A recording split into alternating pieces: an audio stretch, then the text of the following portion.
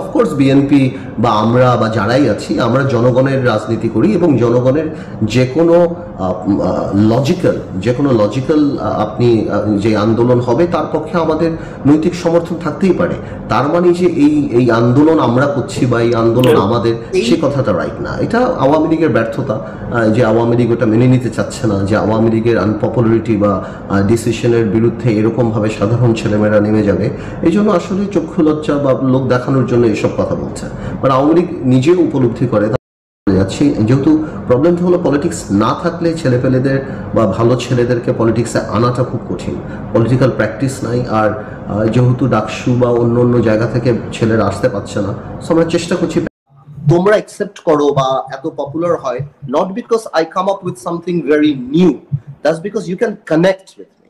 মনে হয় আমাকে দেখে হয়তো তুমি মনে করো যে আচ্ছা আমিও পার্থবার জায়গায় থাকলে এই ধরনের কথা বলতে পারতাম বা আমি হয়তো বলতাম, এই কারণে তুমি কানেক্ট।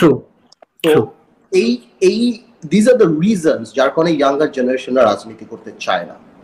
আর আরেকটা ব্যাপার হলো যে চায় না বলে এই 30 বছর যাবত যে গ্যাপটা হয়েছে তার কারণে you see so many people in politics বা পার্লামেন্টে তুমি এমন সব মানুষদেরকে দেখো যাদের আসলে সেখানে থাকার কথা না, বাট সেই জায়গাটা কিন্তু তোমরাই ক্রিয়েট করে দিয়েছো। বিকজ তোমরা পলিটিক্স নোংরা, আই হেট পলিটিক্স এই কথাগুলি বলে তোমরা যখন পলিটিক্স থেকে দূরে সরে গিয়েছো তখন লালটু, পল্টু, পিন্টু, ইয়াবাবুদ্দি, Bishu, this are the people যারা সেখানে ঢুকে গেছে। সো যখন তারা ঢুকে গেছে, one of the greatest price you pay for not joining politics is you will be ruled by your inferiors.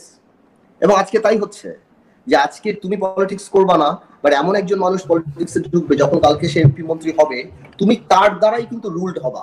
তখন তুমি আফসোস করবা, বিদেশে চলে যাবা, তোমার ভালো লাগবে না, তুমি বলবা পলিটিক্স ইজ ডার্টি।